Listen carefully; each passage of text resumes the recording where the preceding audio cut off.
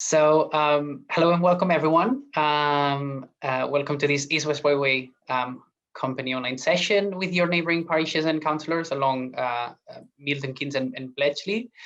My name is Jordi Vespecha and I'm one of the engagement managers here at the East West Railway company.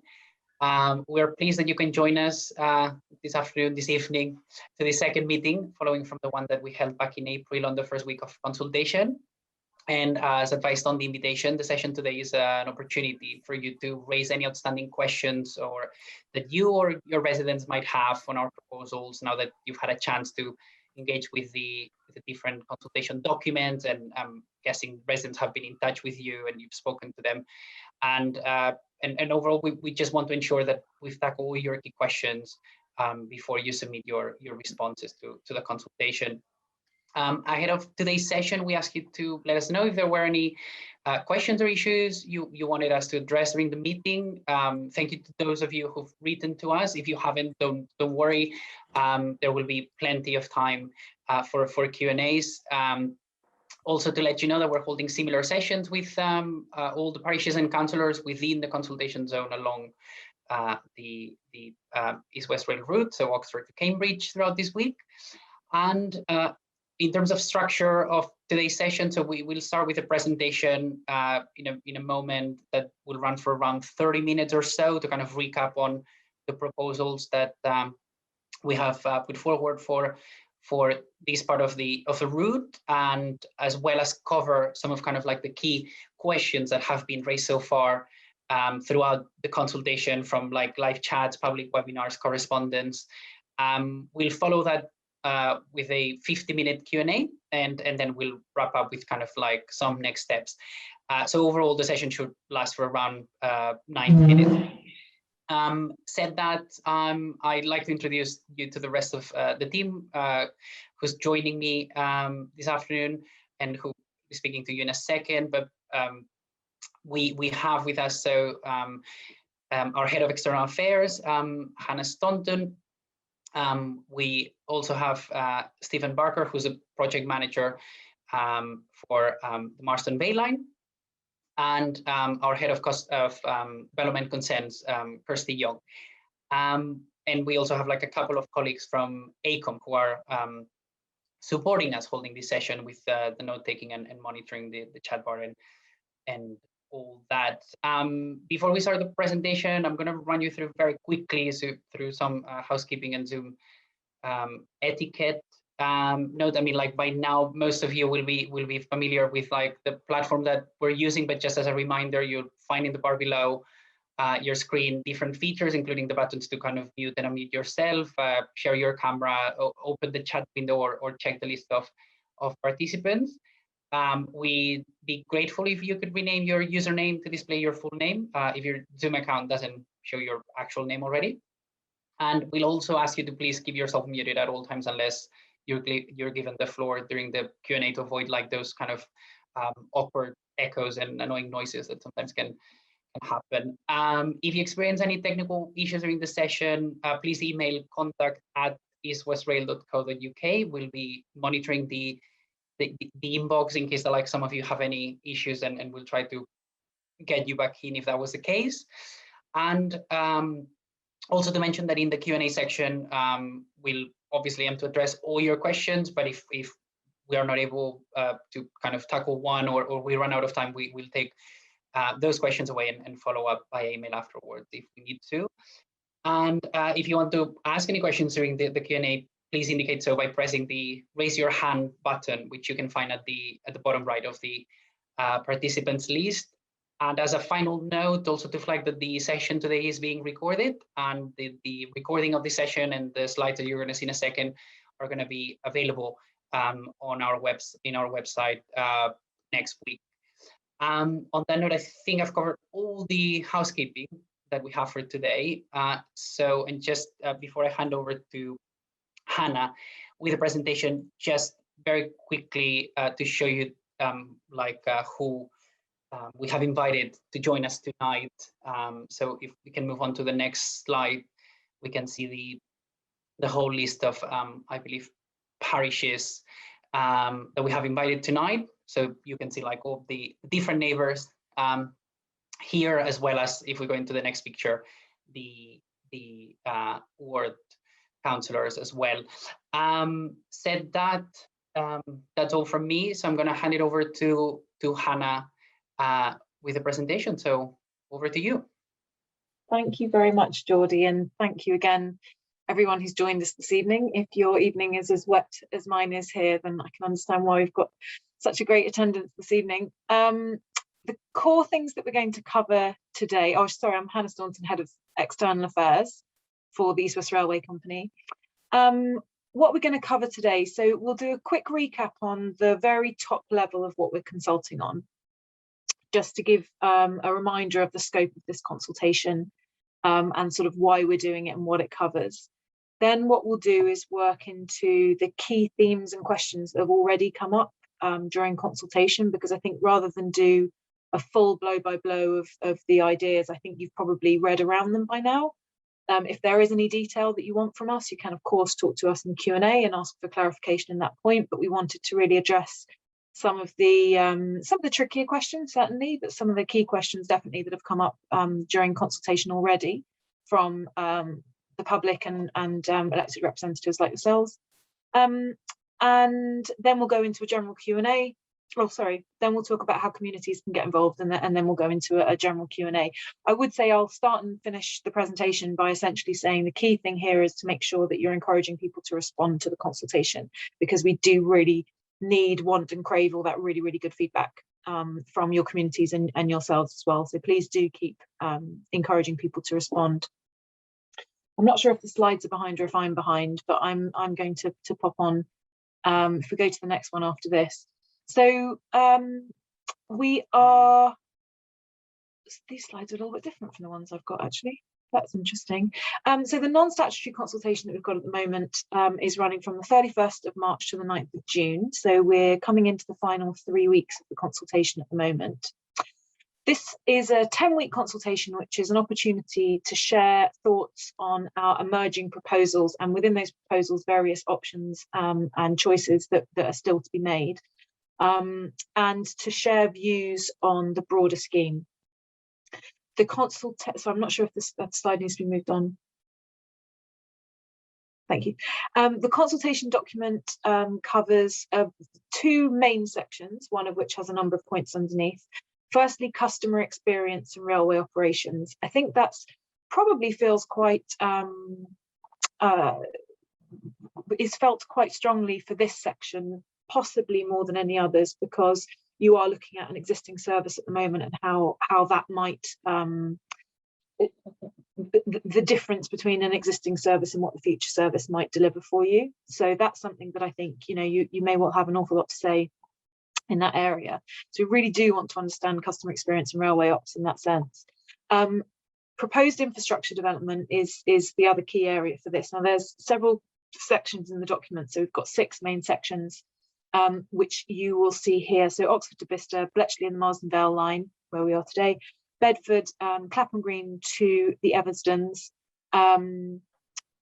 Halton to Hawkston, and the Shelfords to Cambridge Station. And each of those we're looking in discrete areas, but also as a one joined up piece of infrastructure as well. That's what we've very much been created to deliver. Next slide.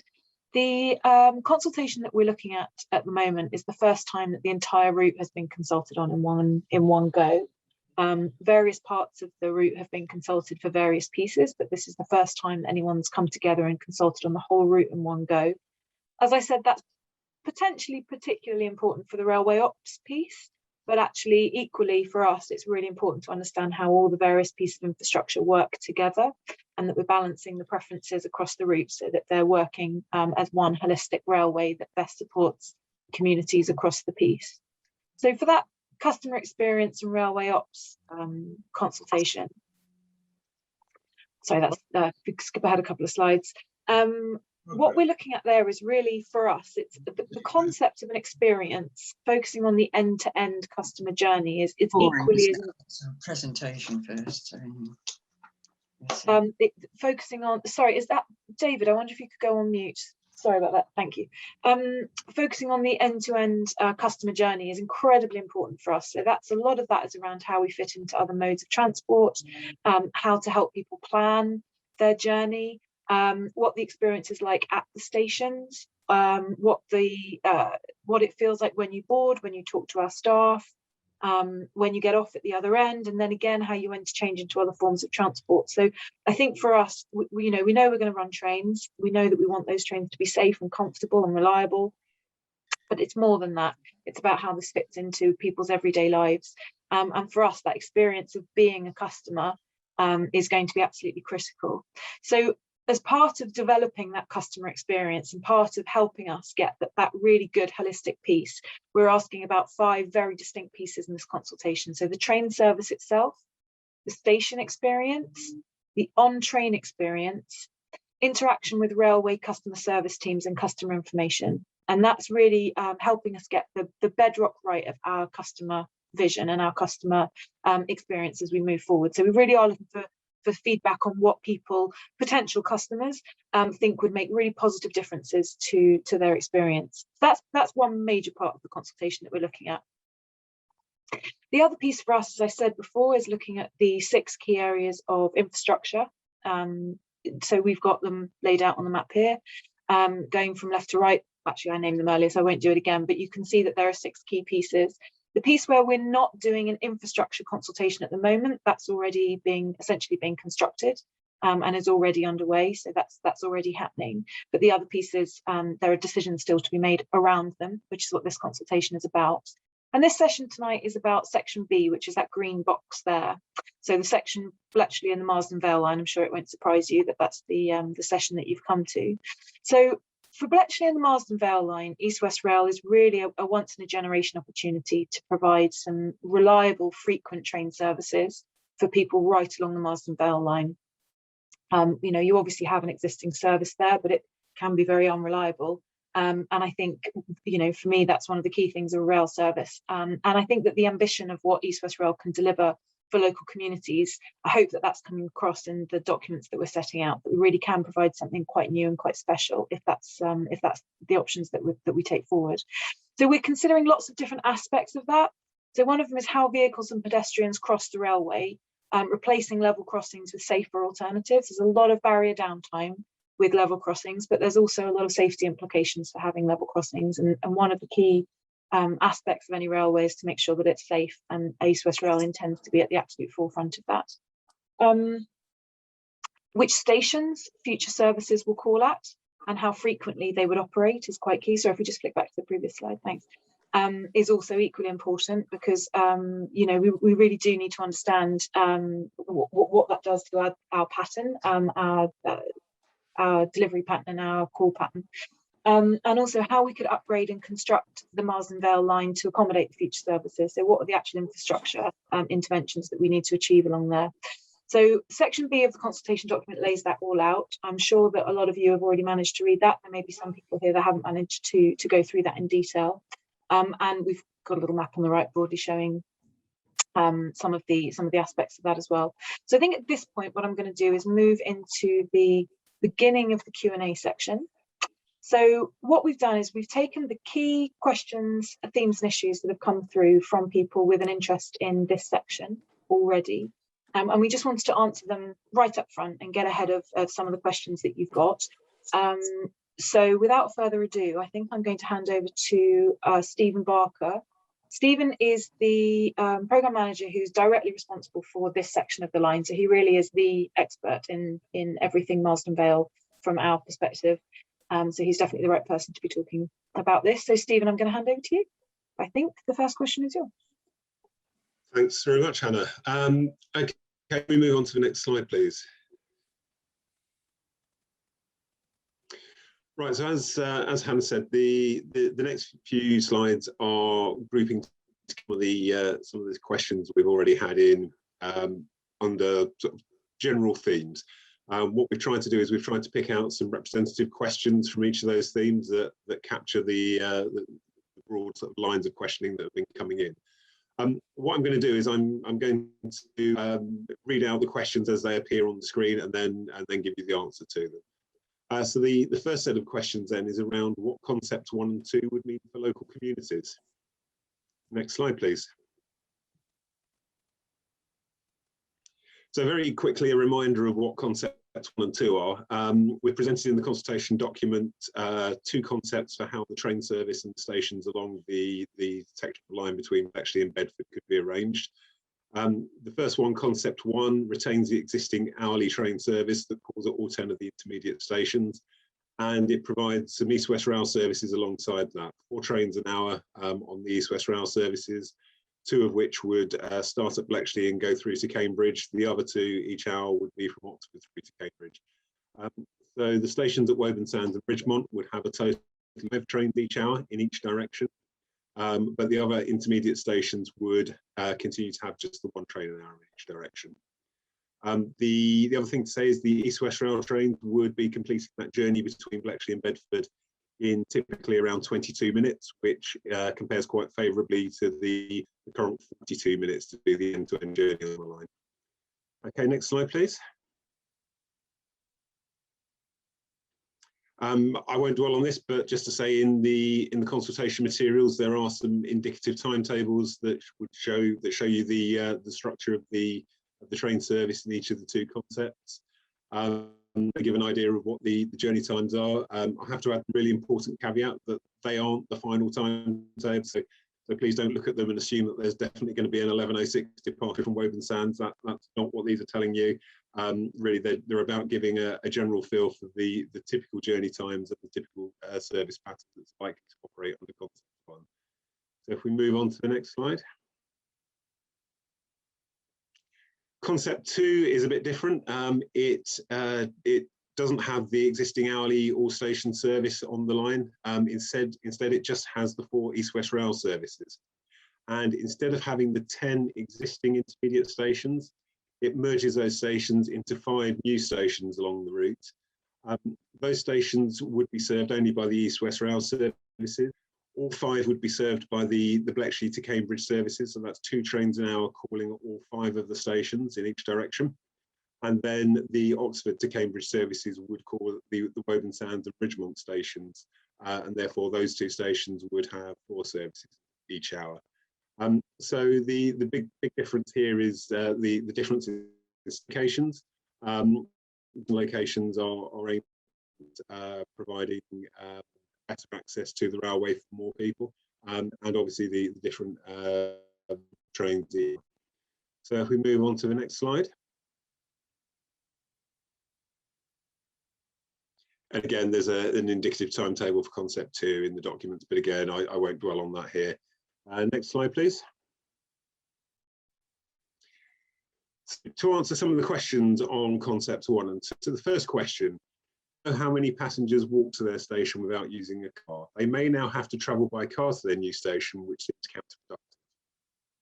So to answer this one, in concept 2, the 5 stations are in different locations to the stations, and in the locations we've put forward, we've tried to balance the needs of existing communities along the line and also provide access to the railway for the various new communities which we know are being planned along the route in the coming years.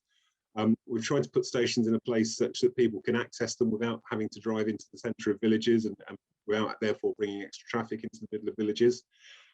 It does mean that some people that are currently very close to a station may have further to travel, but equally some people who are perhaps on the edge of an existing settlement might find that they're now actually closer to a station. So there are roundabouts with it. Not everyone is travelling further. We're also looking very carefully at what first mile, last mile travel. So in other words, how you get from your home to the station or from the station to your final destination. We're putting a big focus on sustainable transport, so things like walking and cycling, and where possible avoiding the need for people to get into their cars. But we're also looking at other things such as potentially on-demand minibus and taxi services that could come and collect you from your home and take you to the train at the right time to meet that train service. And we're working with England's economic heart, looking at all the different options for connecting people to the station locations. Next question on this one then is, how were the 5 proposed stations decided for option 2? Well, as I said, what we've done with the 5 new stations is we've taken a view on where settlements currently are and where we think development's going to be over the coming years. We looked at local plans and live planning applications as well. Obviously, there are large numbers of new houses proposed in the corridor over the coming years. So we've tried to place the stations in locations that strike the best balance between existing and new settlements to provide easy access for as many people as possible to the railway. Okay, moving on to the next one, please. So the next set of questions are around the theme of level crossings. If we move on.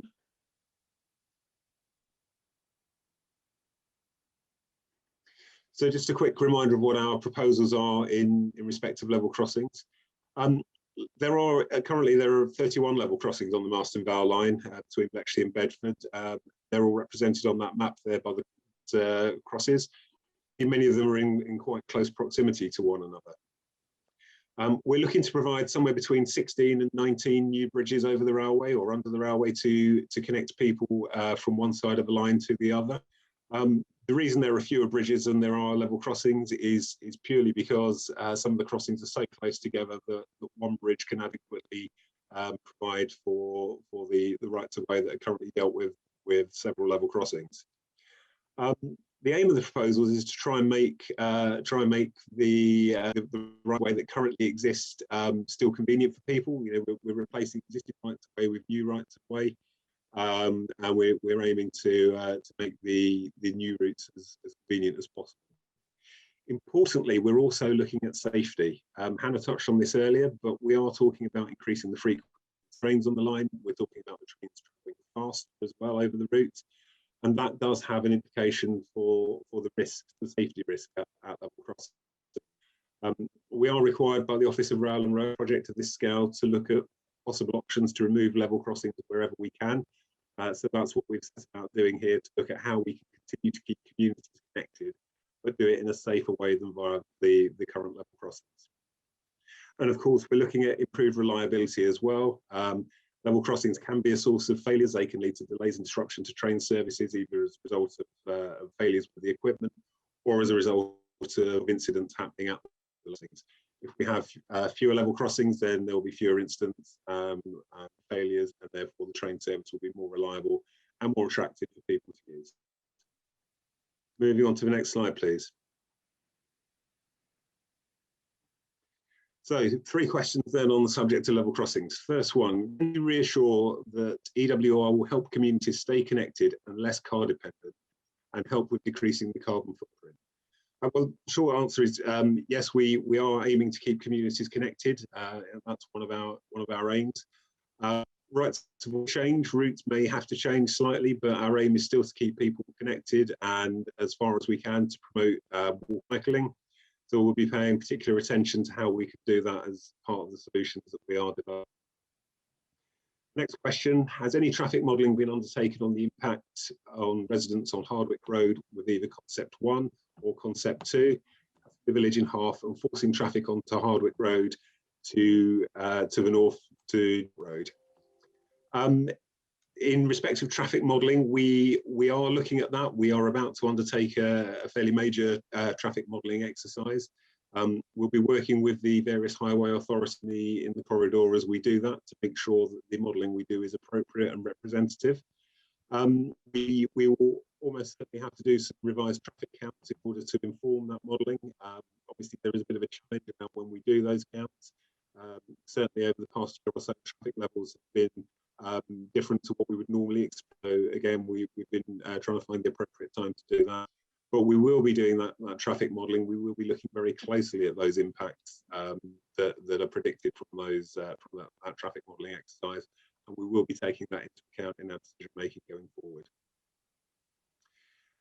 And the last question on this one, is there any opportunity to revisit the option of a bridge at Woburn Sands in light of the massive impact that either of the 2 currently tabled options would have on the wider community?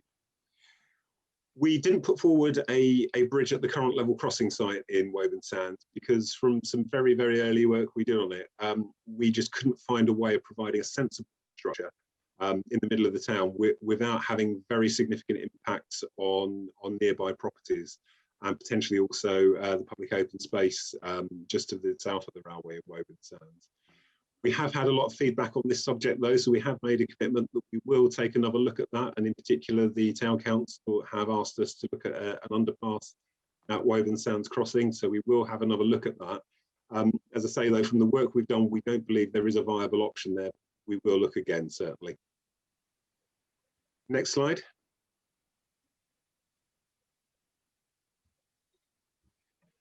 So the next questions are around the line upgrades. Next one, please. So we've put forward 3 options for the line upgrades. Option 1 is a series of short blockades, so that would be works undertaken maybe overnight and at weekends. Option 2 would be a prolonged blockade of the railway, so a prolonged closure, which would run to many months, almost certainly over a year, possibly 18 months more. An option would be a mixture of shorter and longer blockades. The options obviously come with pros and cons. The option 1 version of events would put more work into antisocial hours, so works taking place overnight and weekends, but it would allow a train service to continue to run during the week. Whereas option 2 would enable the construction gangs to get a clear run at the works. It would almost certainly mean a shorter overall period of construction. And it would mean that most of the work would be midweek during the daytime. And option 3 would be a blend of the two, so there'd be a mixture of the benefits and disbenefits of each of those 2 options. Can we have the next slide, please? So the question on this one is, which option for construction will cause the least disruption? Well, I think it very much depends on what you mean by disruption. If you're a rail traveller, well, obviously the option of closing the railway for a longer period of time would potentially be more disruptive to you. But if you're a local resident living close to the line, then potentially the option 1 with more nighttime working could cause more disruption to you. So there are benefits and as I say, disbenefits, for want of a better word, of the 2 options, and really we're keen to hear from the local community as to what's the most important one to do there. Next one, please.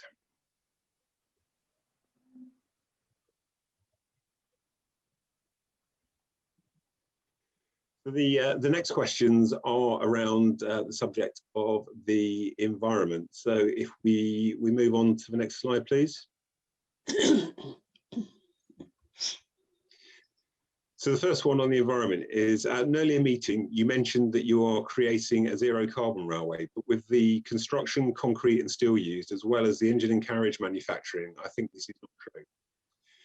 So on the subject of zero carbon, obviously, we aim to deliver a net zero carbon railway, and that's in line with existing and developing net zero carbon policy and legislation. That's being developed at a global level, as also at a national and local level, and that does require the UK to reach net zero greenhouse gas emissions by 2050. In seeking consent for this railway, we will have to provide evidence that we aren't doing anything to impact the ability of the government to meet its commitments on carbon reduction targets. Obviously, as we develop the scheme, we'll be looking in more detail at all of the various aspects of the railway, both in the construction and the operation, and we'll obviously be feeding that into our application for consent under the development consent order process. I think one of the big things to note here, though, is that we are looking at the whole life cycle of the railway, and many of the assets we'll be creating potentially have a life cycle of many decades, in some cases 100 years or more. And we have to think very carefully about how we deliver those assets. There are lots of ways in which carbon could be reduced. One of the biggest areas for a railway scheme, though, is the embodied carbon. So, in other words, what we generate in constructing the railway, and the question in terms of steel, concrete, and so on. So we'll be looking quite closely at individual aspects of the scheme, looking at how we can build less and where we build it, how we can build it smarter, so using more sustainable materials where that's possible. And where that's not possible, we'll be looking at other things we can do to mitigate the effects of putting that carbon into the infrastructure.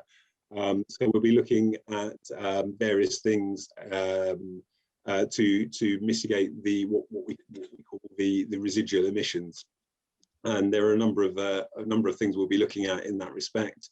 All of that will be associated with our commitment to provide biodiversity net gain. So we'll be looking at things like habitat creation, tree planting, and so on.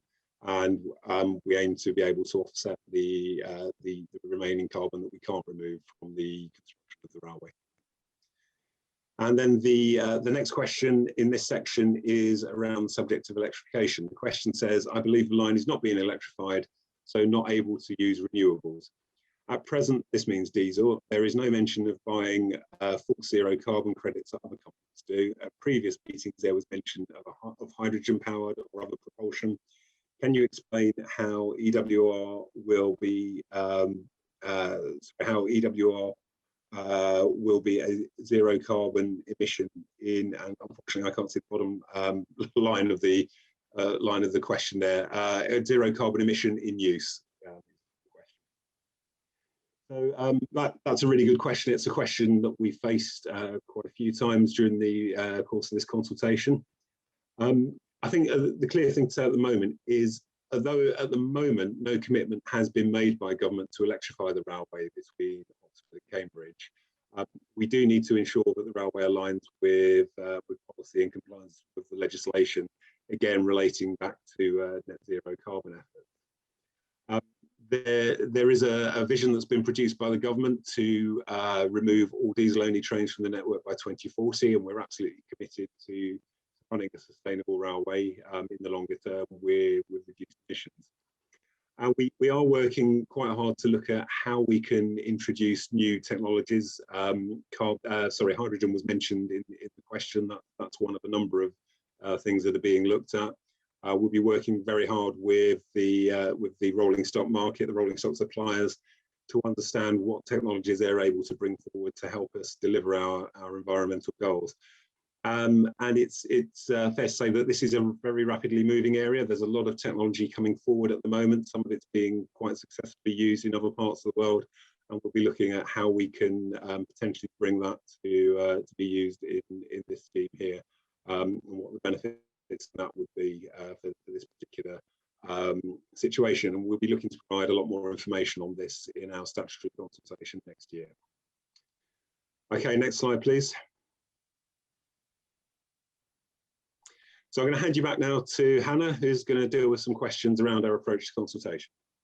Fantastic. Thanks so much, Stephen. I think we've already had some questions coming in, which we'll get to in the Q&A. So if you've got any more questions that you want to put, do put those in the Q&A section. We'll get to those in the next section of the presentation.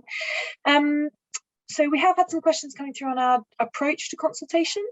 The three key ones that we're getting are: one, will we extend the consultation to allow for face-to-face events? Two, how are we going to analyse feedback from consultation and rank the concepts? And three, when will you know which concept has been selected and what the options are for each level crossing? So I'll take those three in turn. If we could just ping to the next slide, so we've got that up so that everyone can see. So the question of extending the consultation. So this is a 10-week consultation that closes on the 9th of June this year as a non-statutory consultation, which is a consultation which is not legally required. There are no fixed rules about its duration. So regardless, we did decide to run the consultation for 10 full weeks, which is 6 weeks longer than would be applicable to a statutory consultation, or a consultation which is legally required. Details about the consultation have been available online throughout the period, and where we know people are interested in a particular point, we've provided further information in fact sheets on the website. To raise awareness of the consultation, we've posted consultation information directly to 270,000 households. We've placed adverts in locations along the route, on local radio, on social media, local print media. We sent press releases to local media, newspapers and radio stations. Our senior team have conducted interviews with a huge range of outlets, and at every stage we've actively been engaging with local residents and elected representatives like yourselves. to ensure that people have all the information they need. We've had a virtual consultation room, 4,500 people have been visiting that. Our consultation website, we've had 45,000 people visit the consultation website, online library, public events, live chat events. So thousands of people have been able to view the proposals at a time convenient to them. And we know that physical access can be quite difficult for some people. So we've posted documents through to parish councils. We've also done a lot of work offline as well for anyone not comfortable. So we've been offering to post hard copies out to people that want them. And people can request those by phone or letter, as well as email and online things. So all of that's to say that the overall, so far, 2,600 people have already responded to the consultation, and we've dealt with getting on for 1,500 interactions from members of the public over email and other methods. So we won't be extending the consultation further from the 9th of June, because we expect that really we've had a very strong indication that there is already significant awareness, there's very significant understanding, and there's very significant ability to respond to the consultation among local residents already. There will, however, be many further opportunities to raise issues for consideration, and two of those involve one consultation, a statutory consultation, following which we submit plans to government, and a panel of inspectors from the Planning Inspectorate will carry out a public examination. So there are two more formal processes to come that people can give their comments. So we really do want people to keep feeding in their responses, their thoughts into this consultation, the next consultation, and then, as I say, that public examination, which is run by the Planning Inspectorate. The second question we've got around how we will analyse responses to the consultation. So as I say, we've already had sort of 2,500 responses in. We expect most of the responses to come in the last couple of weeks, so that's likely to increase hugely over the next 3 weeks for us. Every single response that comes into us is looked at and analysed in two ways. One is the quantitative data that comes in, so that's where we've asked for numbered responses to specific, or rankings rather, to specific questions. And the other is the qualitative information, which is the people who've typed in their responses and given a more sort of rounded view of their thoughts and feelings. What that means for us is that we analyse both sections of those, and then we put them alongside each other.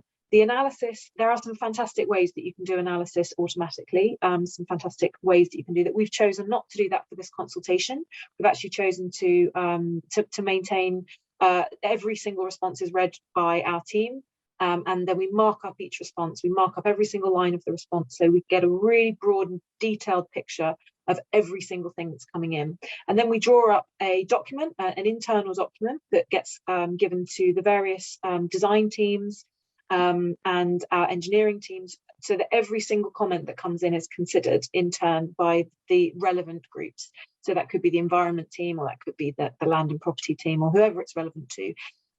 We will then pull all of those together. They're called matters raised. We pull all of those matters raised together in a report that we will publish on our website once we understand what the response is, the internal response to all of those. I hope that's enough information on that. I can go on about that sort of stuff for hours, actually.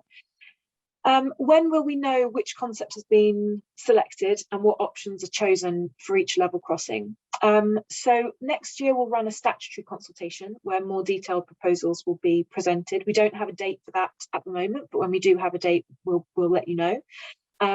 We take every opportunity we can to make sure that the consultation process and that our design and build process is going at a good speed, but really we do need to take some time to analyse all the responses coming in and make sure that we've really understood. So next year, when we run the statutory consultation, we'll be putting more detailed proposals out in the public domain.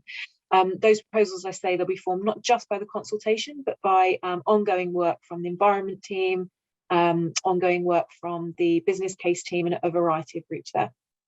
So that will be, yes, published next year is my understanding of the current plan.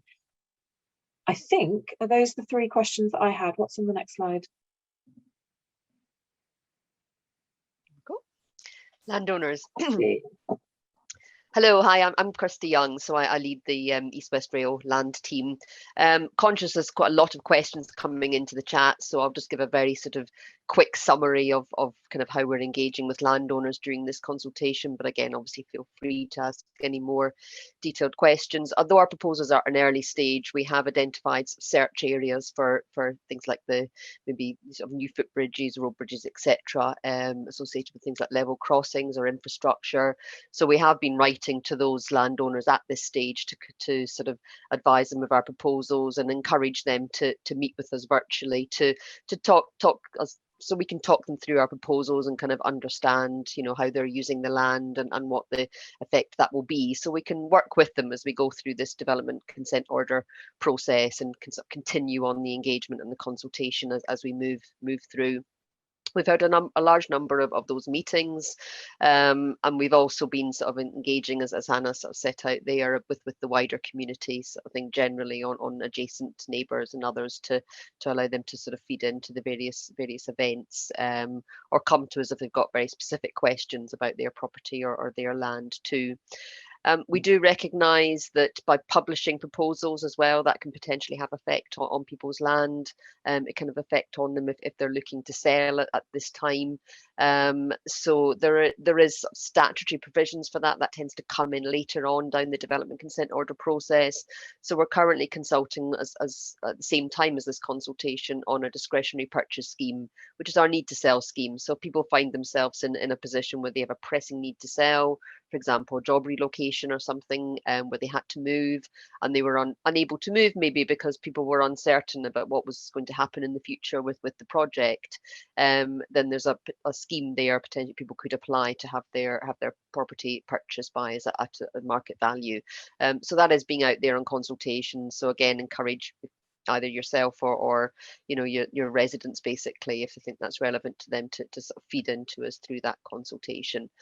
We do have a dedicated team in place. We have a long-term property partner now. It's come on board, Ardent, and we're meeting with landowners and others through them and through our design team to really explain our proposals. You can find out some more information on all of that really in our land and property webpage as well. So I'll stop there and let you move on so we can get on to the questions, I think.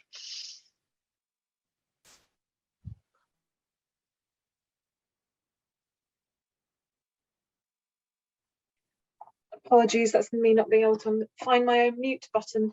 So as I said right at the beginning, the really key thing here is that we encourage you and the people that you represent to get involved with the consultation and to give us that lovely feedback that we want so much. So there's a number of ways that people can still get involved. We've got virtual consultation rooms which are open until the 9th of June. That provides information on each section of the consultation. We've got some nice videos up there for people that maybe don't want to read documents in full. But there are the documents in full and also maps available as well. So there's a wealth of information there. We've got live chat events open to the public. We've had, there's a series of 16, and I think we've still got 3 or 4 left to go. So that's fantastic, because that's where a lot of our experts are available. They sit and wait, and then when questions come in, we can make sure that the right expert is answering them at the right time. It's a really good way for people to get some really interesting answers to their questions. We have a dedicated phone line, so the EWR co-telephone line is available through during working hours. We know a lot of people would prefer to just call us over the phone. Generally speaking, we don't respond in detail over the phone, but we can follow up in writing or in any other way, and often people use that really just to request documents and other things. Telephone numbers there, and it's on all the documentation. We really do encourage people to use either the online feedback form, as we say here, or to download a copy or to request a paper copy, and make sure that we get those by the 9th of June, so that we can carry on with that analysis I was talking about earlier. Next slide, please. Fantastic. So these are the remaining live chat sessions, and that's Stephen there in the main event that in one of the consultation rooms. So actually, yeah, it was 5 we've got left to go. So I would definitely encourage, if you haven't already been to one, or if your constituents have questions, they should absolutely be looking to come to one of those. Next slide, please. There are a number of ways that people can give us that feedback. So feedback forms can be submitted online. They can be emailed directly to us. They can be sent by post to free post East West Rail, so there's not even the cost of a stamp.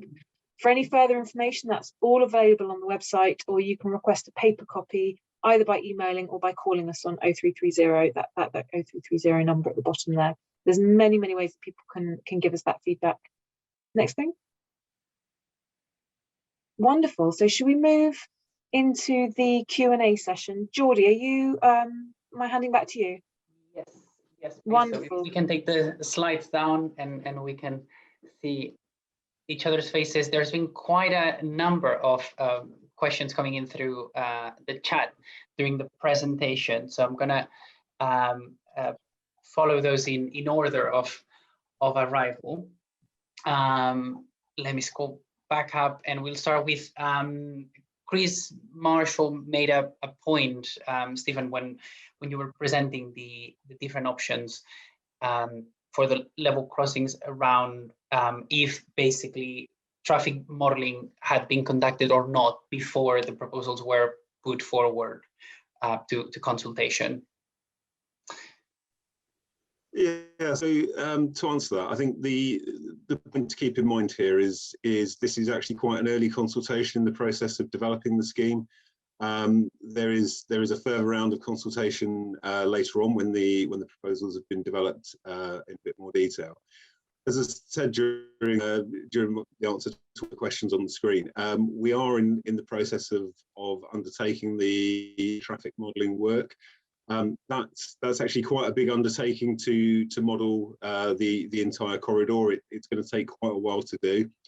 And what we've put forward currently are some initial concepts. Part of the aim of consulting so early is to allow people to have a say at a stage when they really can make a difference, and that those comments can be taken on board and used to help shape there's always a difficult question of when is the right time to do traffic modelling. As I say, yeah, we're consulting quite early. We have to be consult stage before we've done that modelling. That's not to say that the options that are presented are completely blind to what happens with the traffic. They do take into account traffic flows, but they just don't have that detailed level of mathematical computation that goes into a full transport model. The other challenge we have faced also, I don't want to stop blaming everything on COVID, but obviously we need to use up-to-date traffic figures to inform that modelling work. We're almost certainly in most locations going to have to undertake new traffic counts because existing data held by local authorities isn't up to date or isn't up to date enough to inform that traffic modelling. And obviously over the past year, traffic flows haven't necessarily been representative everywhere of what they would be in normal circumstances. So we've taken the decision to hold back on the traffic modelling a little while to enable us to get those more detailed and up-to-date traffic counts, and then we can focus that traffic modelling on options we would be interested in taking forward, which will obviously take into account the feedback we've had from the consultation. Brilliant. Thanks, Stephen. Also, next question that we had was from Richard Lanyon-Hogg around basically the impact on passenger numbers on COVID, following COVID, and the fact that, for example, Network Rail have just reported that post-COVID passenger numbers are planned to reduce by 40%. I'm not sure if you also want to take this one. Yeah, I'll have a go at answering this.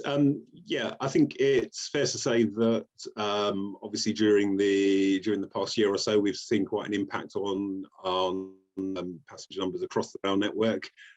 Quite how that impact is going to play out going forward, I think remains to be seen. Travel habits have been changing over recent years anyway, regardless of COVID. And I don't doubt for 1 minute that the changed ways of working that we've seen over the past year to 18 months will have a continued impact. We are, of course, keeping things under review, but of course, the railway isn't just about providing for commuting.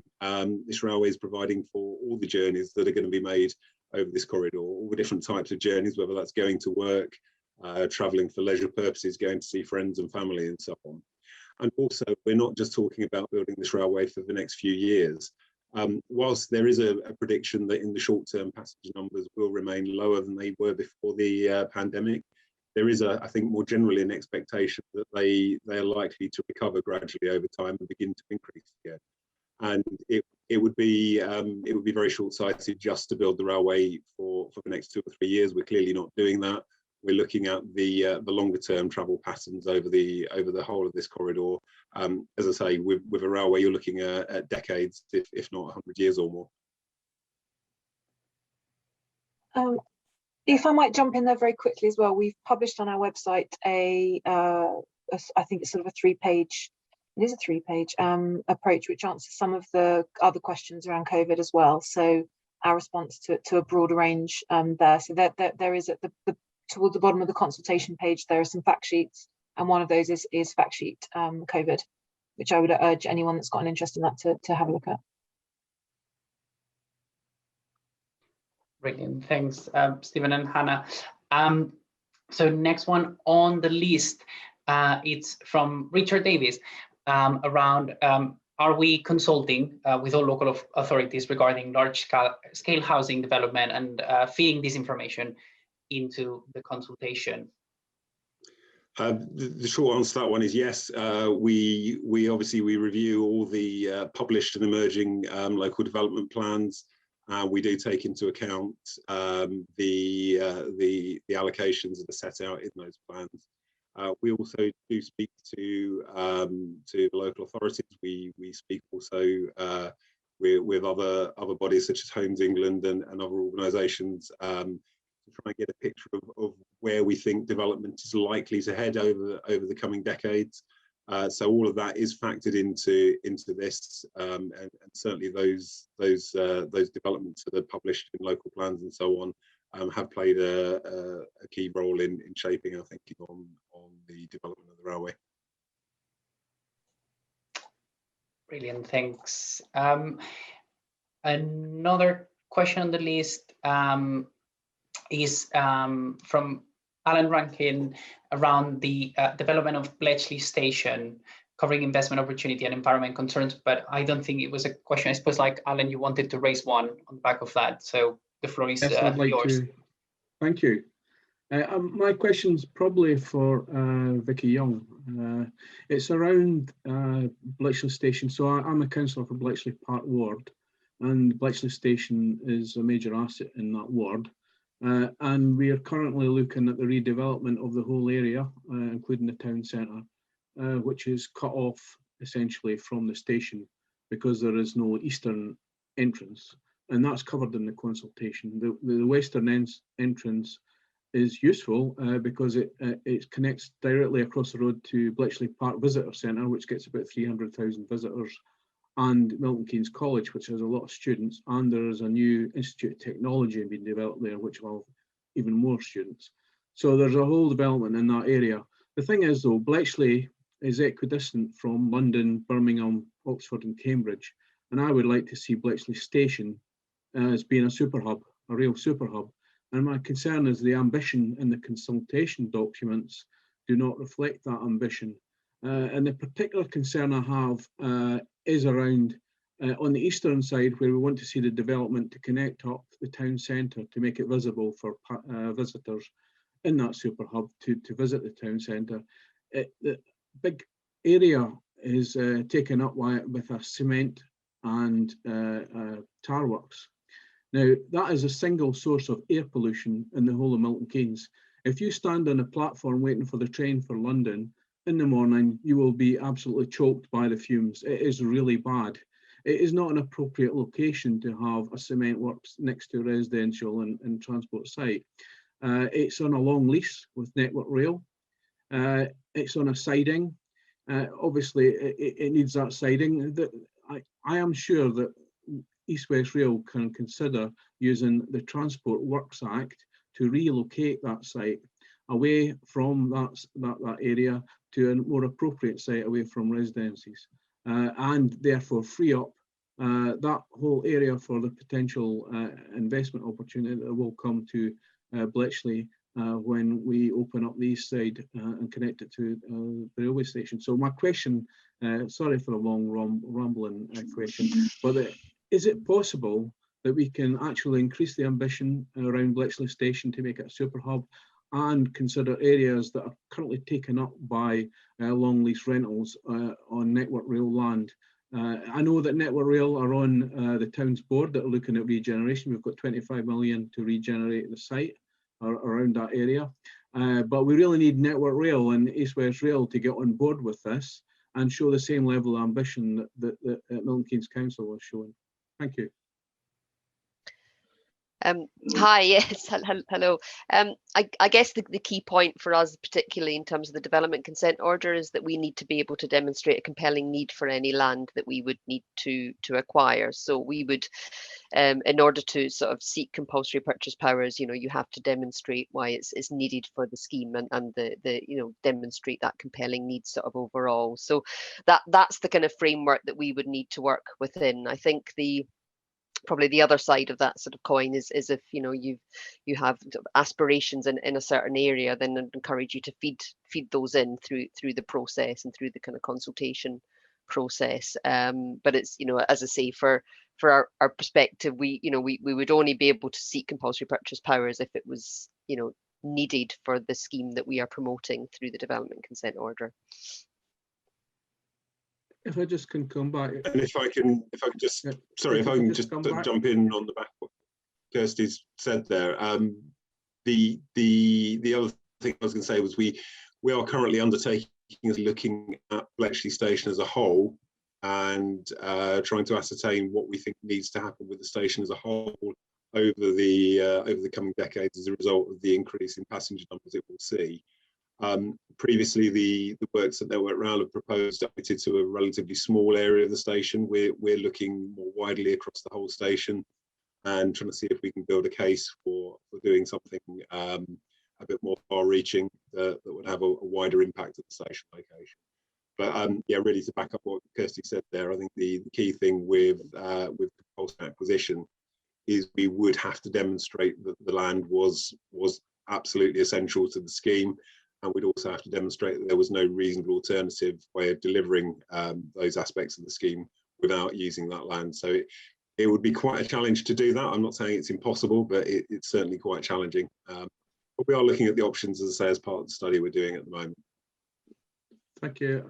Thank you for our answers. Just to come back quickly, the overall objectives with East West Rail has a major section on the environmental impact, which is a big environmental impact in this area. So we'll see a lot more visitors coming to Bletchley because of the East West Rail development, and we want to make sure the environment's right.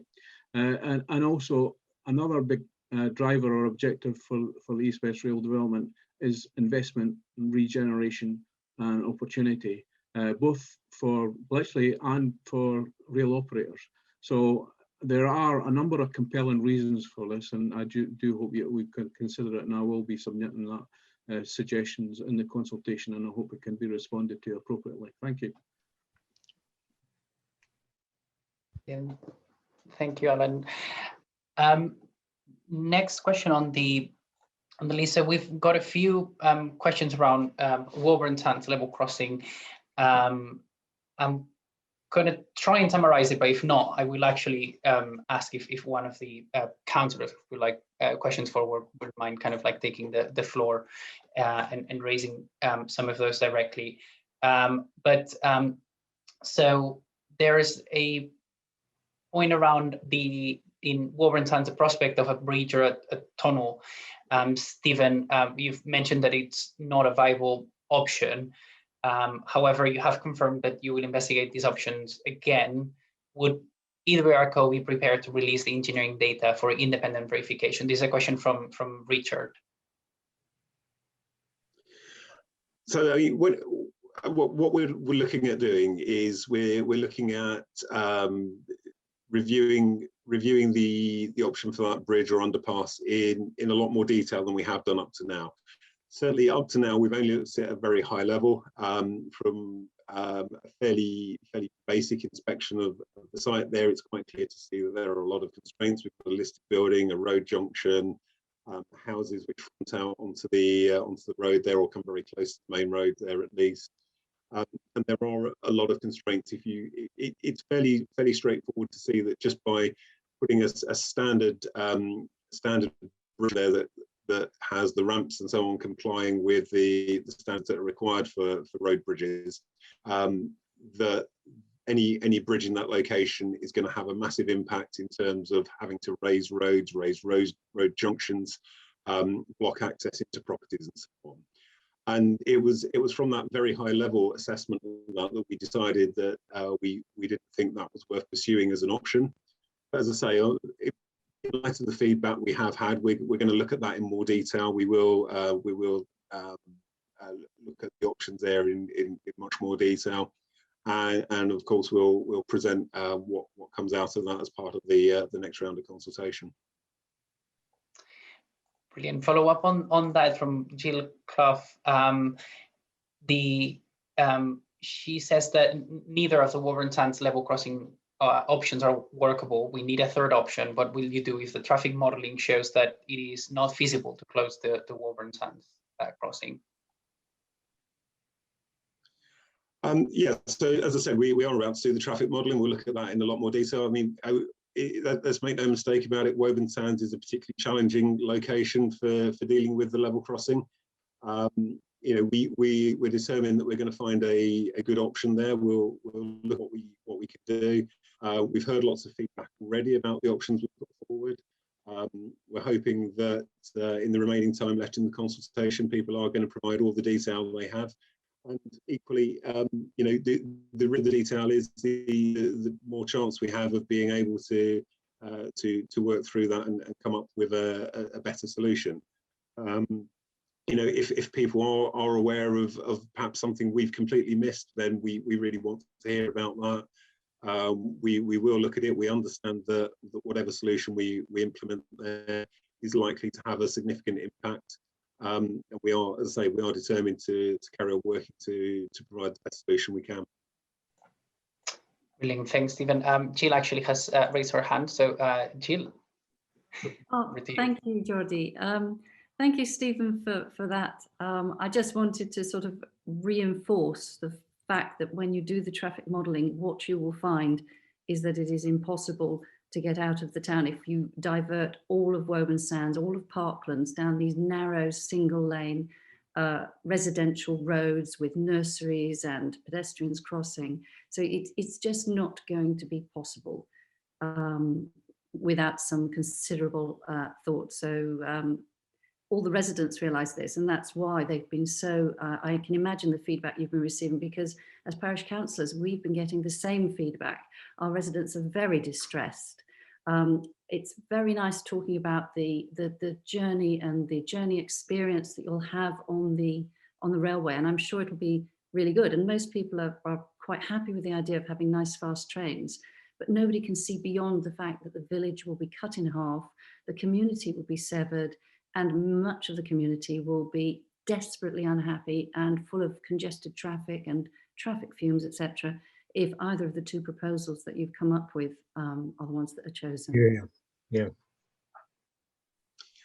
Thanks for that feedback. I mean, as I say, you know, we understand that this is difficult. We understand that the two options we put forward come with issues.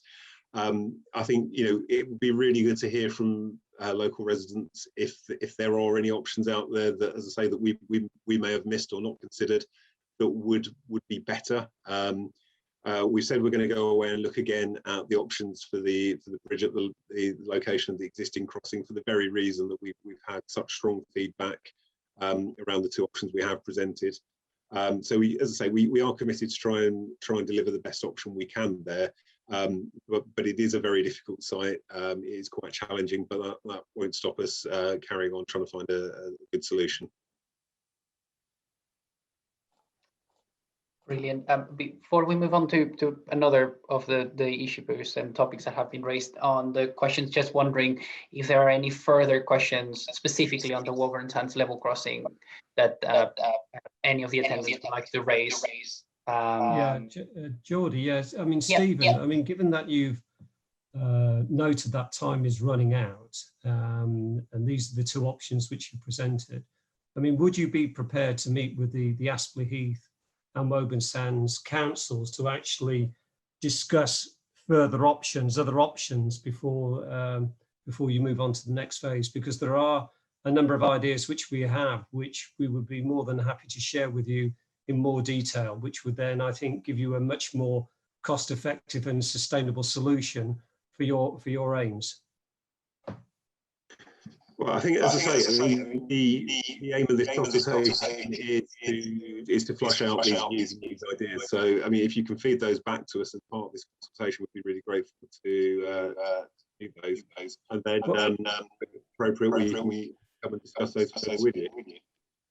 Yeah, I think it would be just great to get around a whiteboard, Stephen, and actually walk you around Aspley Heath and Woburn Sands, so you can get a first, you know, a proper. I don't know whether you've actually walked up and down the high street and across the railway line, and you're familiar with Thaden Avenue and the Leys and Hardwick Road and Aspley Hill and what have you, because basically you've got 5 roads converging on 2 mini roundabouts, and it's not 5 roads, it's actually 3 single track roads because of all the parked cars and what have you, and it's chaos. And I think there are things I think we could quickly explore with you rather than just writing reams and reams of notes. But so we're happy. Our door's always open. So if you would like to meet next week, we'd love to do that.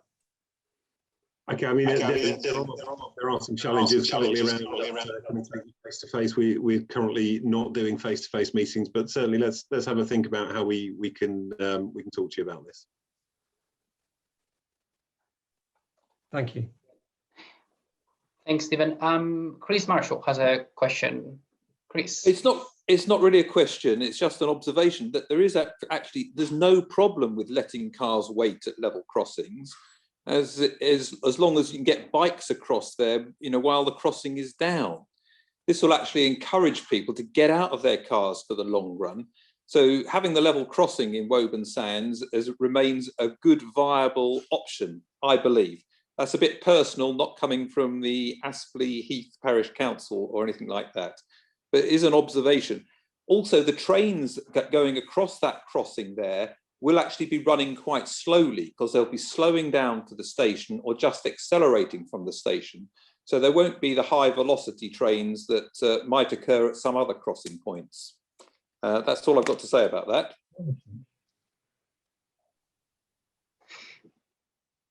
Thanks, Chris. I'm not sure if Stephen, you want to add anything onto that. If not, I suppose like any further questions on Woburn Sands level crossing. If not, we can move on to another one of the topics that have been raised.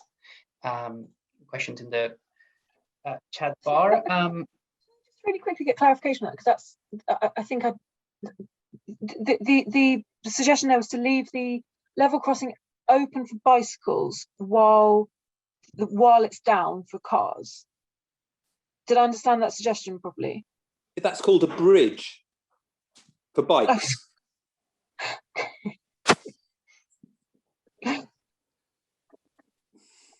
Well, I mean, Hannah, Chris has got a very good point there. That, you know, if you sort of begin to think out of the box, then maybe the crossing is the barriers are down for the cars, but for people who are walking, cycling, e-scooters, mobility scooters, you know, various other new mobility techniques which are coming on stream or what have you, if that's permanently open, so it's, you know, therefore the bridge or the underpass for these small vehicles is going to be less of a, I would have thought, an engineering challenge than would otherwise be. So maybe a little bit of lateral thinking here could actually move things along quite quickly without then destruction of the allotments, destruction of Edgewood Farms, you know, the separation of the communities and what have you. So, you know, this is why I think it'd be great, Stephen, to sit down and chew a number of these options over with you.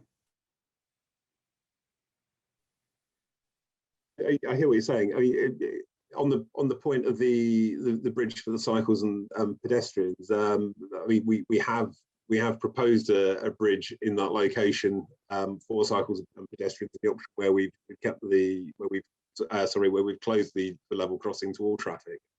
And I mean, again, you know, as I say, as part of this feedback, if there is a strong preference expressed for having that bridge there with the level crossing open to traffic, and we would be interested in that through this very consultation.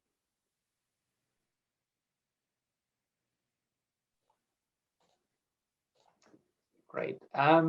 So on that note, I'm going to move on to another level crossing, in this case, Bow Brick Hill. The question is from Stuart, who asks, from Walton, who asks, what discussions have we had regarding the SEMK development with Milton Keynes Council? The proposals for the Bow Brick Hill crossing use land that is subject to planning permission, that is subject to a development framework that is allocated or that is built out. So I'll answer that one. Bow Brick Hill level crossing, yeah, again, we've got the familiar issues that we face with a lot of the level crossings. We're looking at what is quite a constrained site. We've looked at options to try and build a crossing of the railway at that location without taking neighbouring land. It's just not possible to build a bridge without taking any of the neighbouring land. Yes, we fully accept that some of those options take land that is already subject to planning consents. Unfortunately, we aren't able to provide a solution that doesn't impact the neighbouring property at all. Unfortunately, that's just the nature of the site. There is the way of doing it that we found so far. In response to a bit about, are we talking to Milton Keynes Council? Yes, we are in discussion with them. We will be having more detailed discussions as well going forward, and we'll be looking at how we can develop the design of the bridges there, or bridge there rather, and to see if there is an option that can reduce further the impact on adjoining property. Can I just start at a follow-up, please? Yep, sure. I don't really, so in Walton, with the real concern is that the V10 Great Brick Hill Road, whatever it is a strategic route down to the A5, so therefore needs to be a proper grid road, either under or over the railway line, and it will need to be able to take cycles, and it will need to be able to take the massive rapid transit solution which is being advocated as part of the Milton Keynes Futures 2050. So I think it's getting in quick to make sure that we do get, if we need land from Caldecott C, which is the northern site, or Caldecott, South Caldecott, which is the southern site, then we should be doing it straight away, and therefore the conversations with Milton Keynes Council should be happening sort of now. The risk is it gets built out, so it isn't built out at the moment, but it could be built out in the foreseeable future, which would actually block a strategic bridge or underpass, which is vital for this area, particularly with SEMK.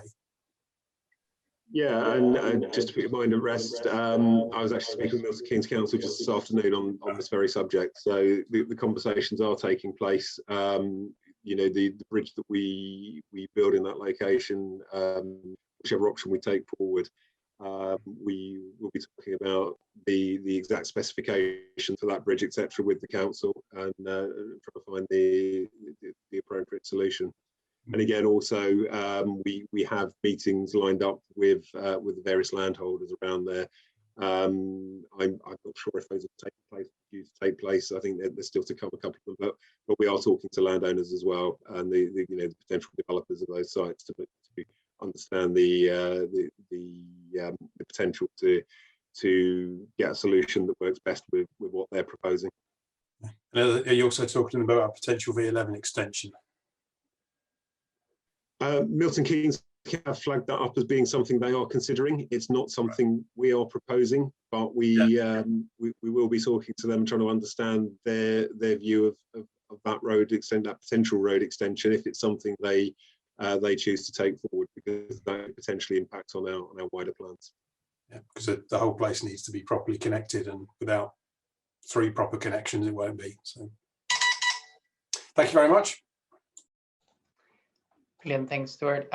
So looking at all the questions that have been submitted so far, and apologies if I've missed any of kind of like the big themes that have been raised, but if not, I will refer back to kind of like the audience here. If I've missed any questions, apologies. But are there any other issues that you would like to kind of like flag or address tonight?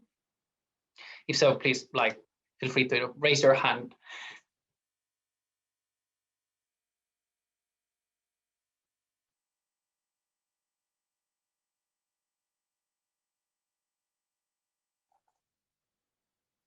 No. Okay. So I suppose on that note, like any kind of final questions, any final comments that people want to raise. One thing to stress that like we really appreciate kind of like a lot of the comments that have been submitted in the chat bar, and on that I suppose to kind of like echo Hannah's point from earlier around like to please sort of both encourage your residents to respond to consultation, but also kind of we encourage you to like please submit your comments and thoughts, because like points there are like very interesting. Oh, I can see that Chris has raised his hand. Chris.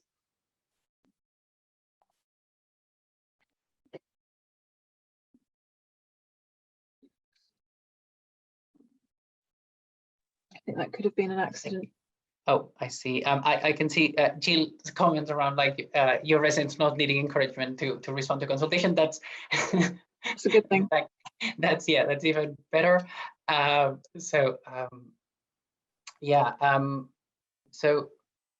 Just to triple check, Chris, I think you're on mute, but you're trying to. Yeah. I think there might be an issue because we can hear you, but I mean we can see you, but we can't hear you. If you'd like to follow up with an email to contact@eastwestrail.co.uk, I'll look at that first thing in the morning. Or if not, can you hear me now? There we go. Yes, we just want to say I do think you need a better consultation with Milton Keynes, especially with regard to SEMK, because there's a radical suggestion from East West Rail to dig up the allotment and Edgewick Farm, which is at odds with SEMK's suggestion, which is to have traffic limitation to limit SEMK access onto Bow Brick Hill Road. They haven't specified what that's going to be, but that is at total odds with your suggestion across Edgewick Farm and the allotments, which everyone, including the people in the lays who I've spoken to person, think is crazy. So I think we should flag that up as a big no-no. Stephen, I'm not sure if you want to make any comment on the back of that. Well, I just wanted to flag that for everyone that it's a bonkers idea and should be taken off the agenda straight away, because it's at total odds with what's happening from SEMK. Yeah, I think again, a fair point. It is different to what has been proposed with that option, although I think we have to keep in mind that option wasn't talking about closing the level crossing in the middle of Woburn Sands. So they were looking at their proposal is trying to deal with a slightly different situation. Therefore, we've had to put forward a proposal which is different to their one. But we hear what you're saying on this one. We've heard lots of feedback about this, and again, if people actually put that down in writing to us as part of this feedback to the consultation, that would be very, very helpful. Great. One final point that I will pick up that just came in from Jill is that in Aspley Heath there is 100% rejection of the proposal to build the road across the community farm in the allotments. These again, I think is like the type of kind of feedback that like please reflect that in your submissions when you send them through. I think on that note, I can't see any more questions coming in.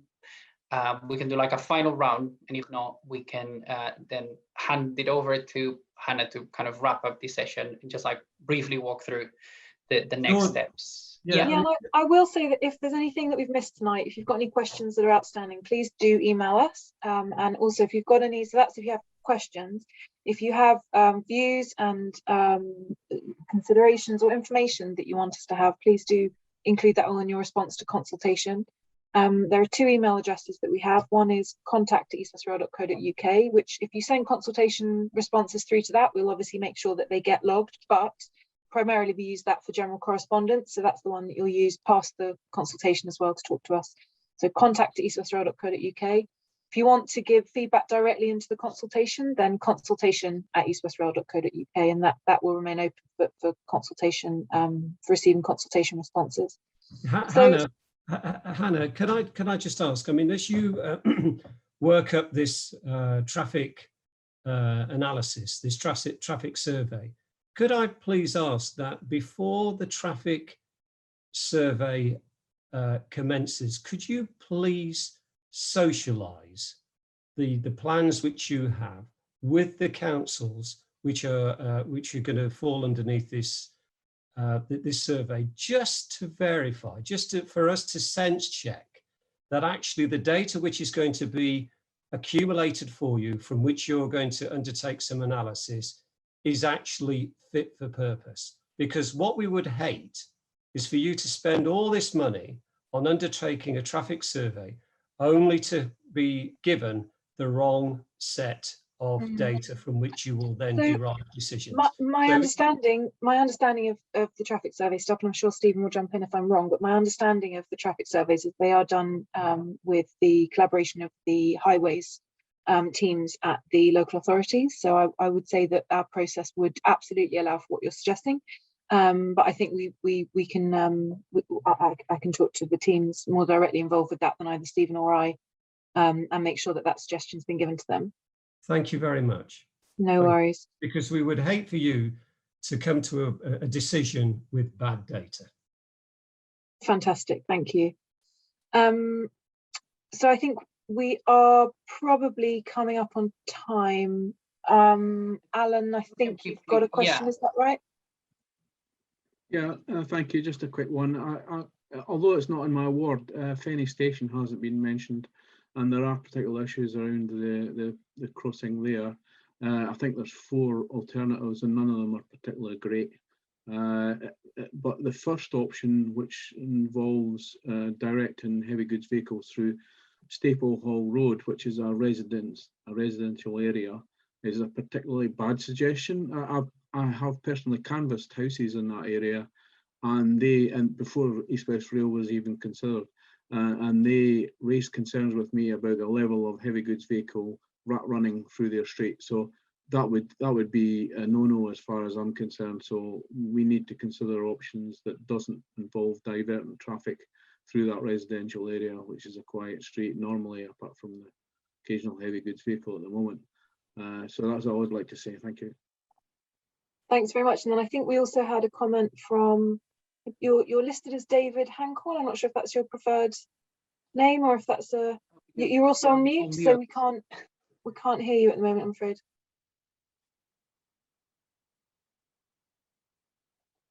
If you go to the bottom of the screen, on the very left-hand side of the bottom of the screen, there should be a mute-unmute option there.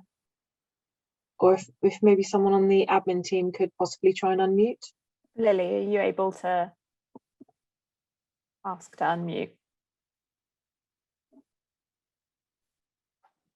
Was it David Hancon? Sorry. Yeah.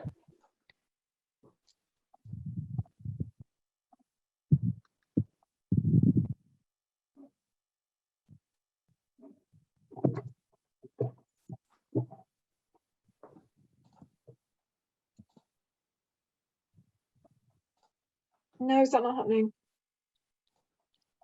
Requested, but still says mute.